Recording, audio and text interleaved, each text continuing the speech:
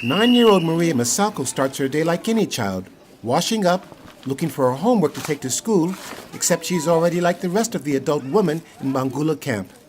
She's helping her family by preparing this food that will be their meal for the rest of the day. Like the woman in Bangula, she's first in line when it comes to thinking of the family. In an emergency situation, women and children can be last in line for having their own special needs met. For UN agencies, an effective humanitarian response to disasters depends on the cluster system to sustain the daily needs of all survivors. Here, most of them are women. The cluster groups include UN agencies and implementing partners that target needs like shelter, food, nutrition, protection. UN Women supports each cluster in a unique way. Unwomen's mandate is to enhance and strengthen the gender integration and implementation of that across the UN system.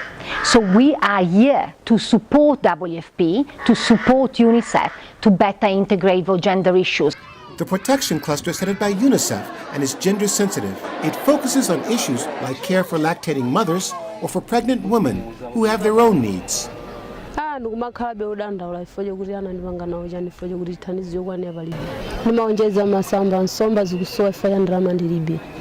Mothers like Gladys Alston can take their children who are under 5 to the Child-Based Community Center, or CBCC, run by UNICEF. Naomi is 3, feels safe, and is making new friends in this child-friendly space.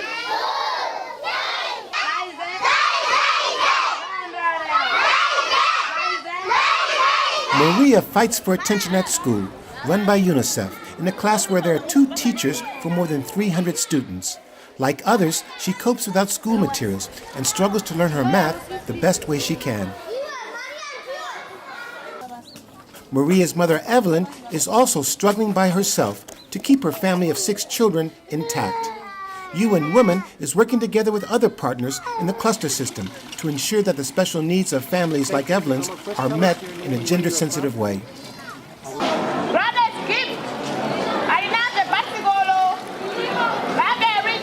For the women in Bangula who are coping to survive in emergency conditions, it is a special moment when their own needs are met, like this distribution of dignity kits.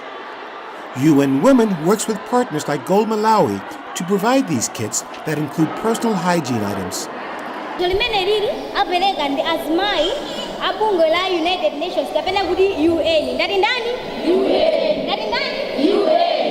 Only a few hundred kits were available to distribute, despite the needs for thousands. Gladys was fortunate and knew the purpose of the hygiene items, but she had never seen packages of this quality.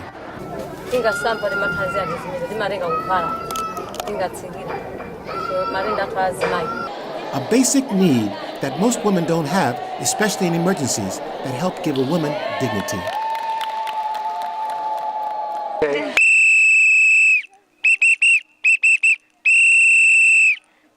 In Bangula camp, families are broken up as women and men sleep in separate tents. Caregivers for protection services that women normally depend on are not available because they are also victims of the disaster. The prevalence of gender-based violence in Malawi is normally 40%. The potential for GBV can increase in a disaster situation. It has been a very tough time because from April, is it 10th to date, we have recorded about 32 cases just here at Bangula camp. UN Women is working with volunteers like Regina Majoni and Cecilia Chirunda, who give counseling to victims of GBV in these safe spaces, where survivors of GBV are free from threats of violence and trauma. They are trained by the Warwick NGO through UNFPA. UN Women supports them by providing survivors of GBV with free legal aid. Women are also exposed to new kinds of abuses in disaster situations, where they risk exploitation in exchange for food and shelter. Abuses that can come from local authorities. Unwomen is working with local chiefs to ensure they are gender sensitive. The moment if any chief does something very bad, the only remedy is to chuck him from the responsibility, to get rid of him, because our responsibility normally is to protect and make sure that our subjects are well protected.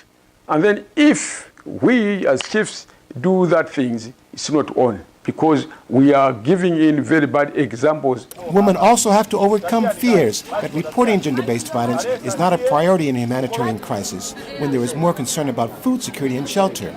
The Malawi Human Rights Commission sent teams to camps like Bangula to assess the human rights impact of the flood disaster on women. We're forgetting it's a human rights issue. The woman is undergoing psychological and emotional, pain. So I think definitely when we came and we said we really want to talk about human rights and some of the things that you have experienced, and specifically we'll talk about sexual and gender-based violence, then they begin to remember.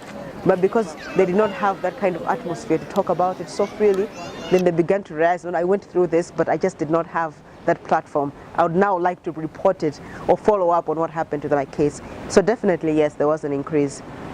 To help deter violence, Unwomen provides support for the deployment of police and citizen patrols to ensure the safety of women, especially at night.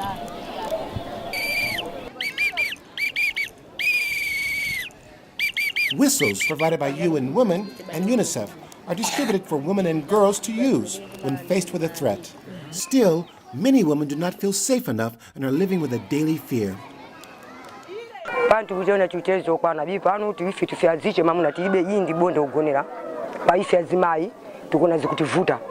Unwomen is working with local authorities who are becoming more gender sensitive to challenges like this. You will find that already in a normal situation, they are already not empowered. Now you can imagine now in a situation where they have moved from a place where they're already not empowered and now they're in a camp.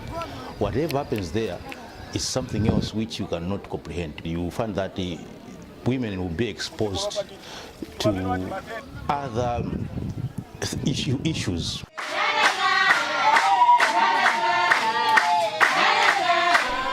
Tradition is slowly giving way to the new in Bangula camp.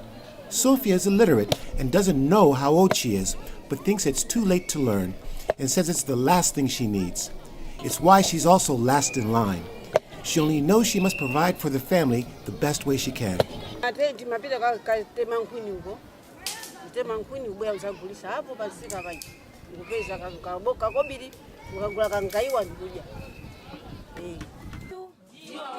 "75% of the adult women in Bangula camp are illiterate, and some of them have decided to no longer be last in line for their own special needs.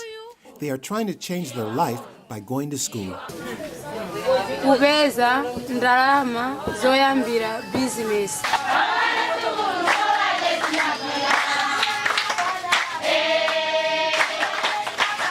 People like Maria's mother not only seeking self-improvement through this class, but thinking about practical things that women should be aware of in the future.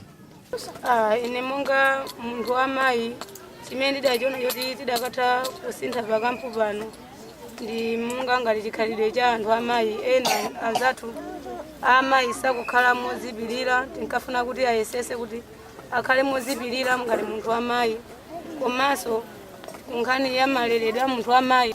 Unwomen works with local officials to advocate for changes in attitude and behavior at the grassroots level. Disasters, conflicts, or other kind of emergencies impact men and women in different ways, and boys and girls in different ways.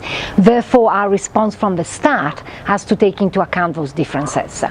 And we cannot think that one response will be able to satisfy and respect the position of all those groups.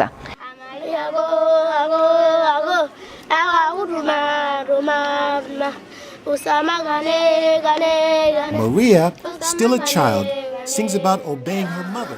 She has learned how to count and has the confidence to teach her own mother. Doing their homework together and learning how to put themselves first in line for their own needs.